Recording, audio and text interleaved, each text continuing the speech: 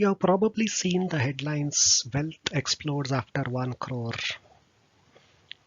and how 1 crore is hard and 10 crore is easy, and you'll find many more such videos. Sounds magical, right? Like your money suddenly learns how to sprint after hitting 7 zeros. But here's the truth. 1 crore is not some enchanted financial doorway. It's just maths. Compounding didn't suddenly start working, you just started noticing it. Stick around because in the next few minutes, I'll show you what really happens when you hit 1 crore and the part no one talks about. Welcome to Ultra Profits. My mission is to empower investors with the knowledge and strategies to consistently achieve above average market returns and long-term wealth.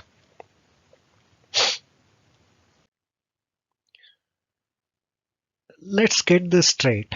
1 crore feels like a big number because it is. It's a clean ground milestone, and we humans love ground numbers. But financially, nothing special happens when your account flips from 99 lakhs 99,999 to 1 crore.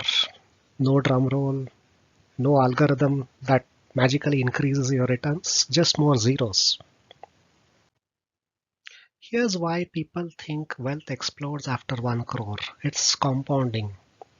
If you earn 12% a year, on 10 lakh, you would have made 1.2 lakhs. On 1 crore, that's 12 lakhs. On 5 crore, that is 60 lakhs in 1 year. The rate is the same, but the gains feel bigger because the base is bigger. That's not magic, it's just maths doing what it always did. The catch: most people give up or slow down before compounding gets exciting. Let's burst a few myths. Compounding works from day one, not post 1 crore. There's nothing intrinsically explosive about crossing 1 crore versus 99 lakhs. Compounding works smoothly and continuously. There's no sudden shift in how money grows after 1 crore. Risk doesn't disappear at 1 crore. Markets still crash, markets can crash. 1 crore can become 70 lakhs in a bad year. These videos rarely account for risk or downturns. Spending grows too. If you are not careful, you're just upgrading your lifestyle, not building wealth. Many increase their expenses as they grow wealth. A person with 1 crore who spends 15 lakhs a year is in a very different situation than someone frugal with 5 lakh expenses. Lastly, many people hit 1 crore and then stagnate, lose money or plateau. You only hear about the ones who crossed 1 crore and continued to grow. That is survivorship bias. So what's the actual truth?